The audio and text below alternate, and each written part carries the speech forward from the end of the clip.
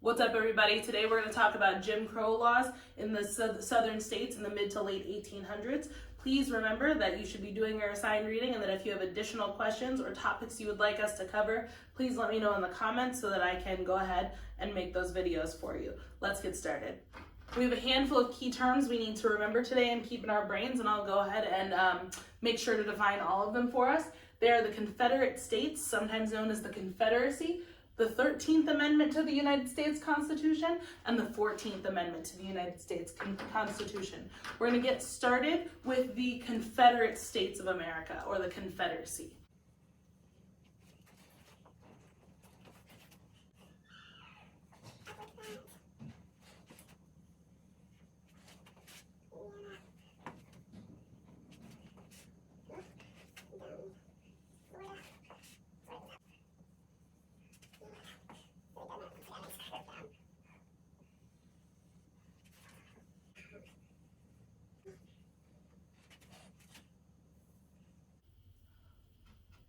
Welcome to my very poorly drawn map of the United States, focusing on the southern United States. The whole Northeast got in the way of key terms, so we didn't get to draw that. But this is the important part for this conversation.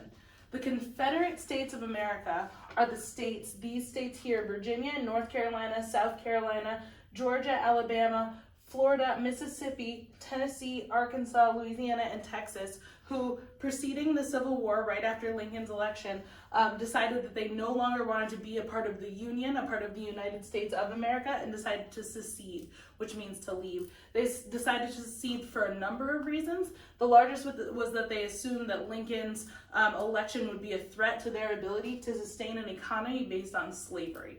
And so they decided that they were going to become their own country, known as the Confederate States of America, also often referred to as the Confederacy. This group of states is the Confederacy. Let's move on to the 13th Amendment.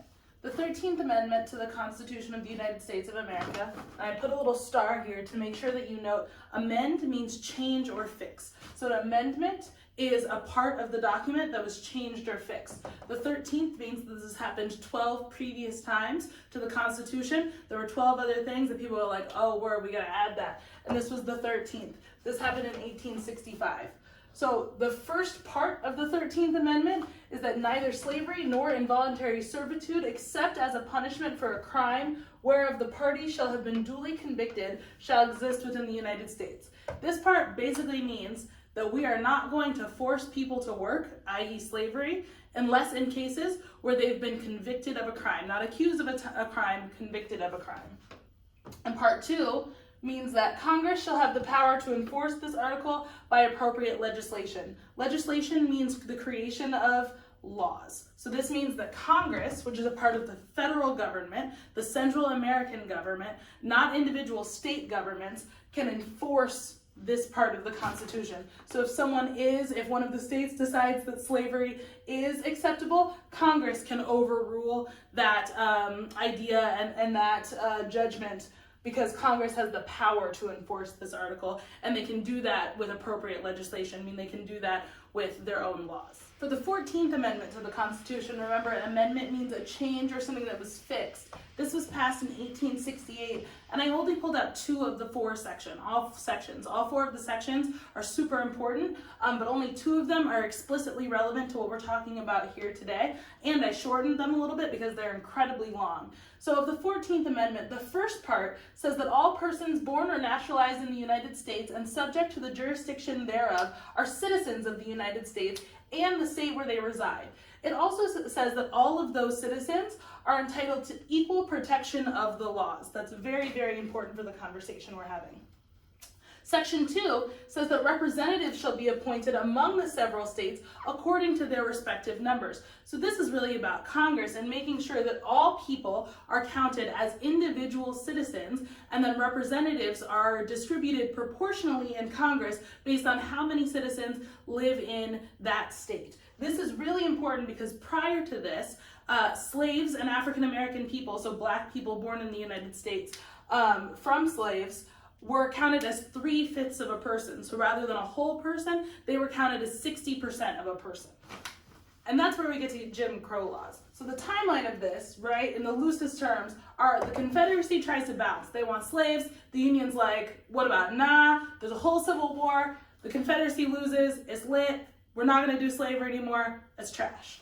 We move on with the 13th and 14th Amendments that change the laws, the federal laws, so states don't have the right to decide this anymore, which is a part of what they were fighting about in the Civil War, whether this was a state decision or a nationwide decision. And the 13th and 14th Amendments change all of the laws to say, nah, not only are black people people now, they're whole people, and you're gonna have to give them stuff. And Confederate states are like, I don't want to is the thing, but like, I guess fine. So what if we give them stuff, but like none of our stuff? They're not about to have the same stuff as us.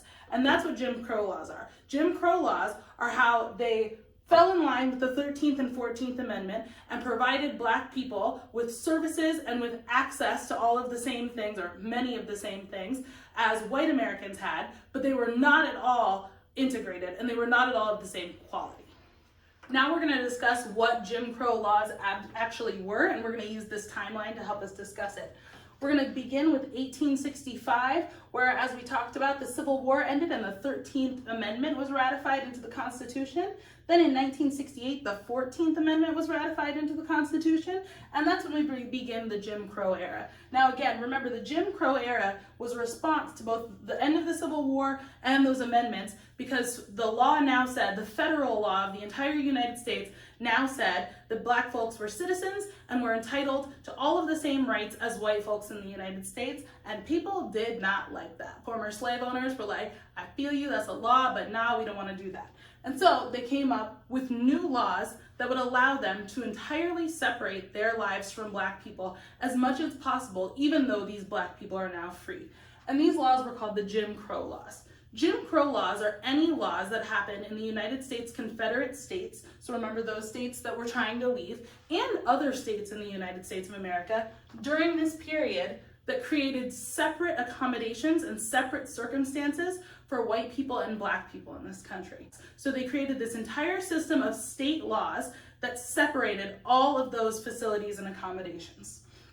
That began in the early 1970s, and again, those were mostly state laws that created separation. The court case Plessy versus Ferguson, which is a Supreme Court case in the end, really cemented the idea that those laws were going to work. A man named Homer Plessy in Louisiana, a black man, named Homer Plessy in Louisiana, purposely sat in a whites-only train car, and Louisiana had laws that said some train cars were for white folks, some train cars were for black folks, and that was fine. He purposely sat in the whites-only plane car. That got arrested for that. It was convicted of a crime for that, appealed that decision, and that court case went up through the courts and landed in the Supreme Court. And the Supreme Court decided that the Louisiana state law that was separating white folks from black folks on trains was totally fine, and that you can do that. And that kicked off really an increase in Jim Crow laws, because now the Confederate states understood that this is fine. You're allowed to do this according to the Supreme Court. These separate but equal laws, and separate but equal is the language that comes from the Plessy versus Ferguson case. The idea that all accommodations and or access to rights can be separate as long as it's equal. And that's things like transportation, so train cars, facilities, you can think of libraries, public pools, water fountains, restaurants could all be separated, and I would argue most importantly, schools could be separated. Now, the law said separate but equal, but I think all of us know that obviously things weren't equal at all, and all of the black facilities and accommodations were far worse than the white ones, and that's really where we saw a problem. These laws were in effect for a very long time. You'll see they began in the 1970s and really didn't fade out. We don't even have another point here until the 1950s. And again, that's not to say there aren't other things that happened, but these are sort of the major ones that stick out. In the 1950s, we see the beginnings of the civil rights movement. It's where a lot of black leaders, particularly black church leaders, stood up, organized, and tried to figure out how they could overturn a lot of these laws and fight for real equality in this country. And then you have, in 1954, the Brown versus Board of Education court case. And I want to point out that Supreme Court cases really bookend the Jim Crow era, and one of them cemented Jim Crow laws as possible, And one of them really crumbled Jim Crow laws in a lot of places. I just want to highlight how important the Supreme Court is. So if we need to make a video about the Supreme Court, I'm more than happy to.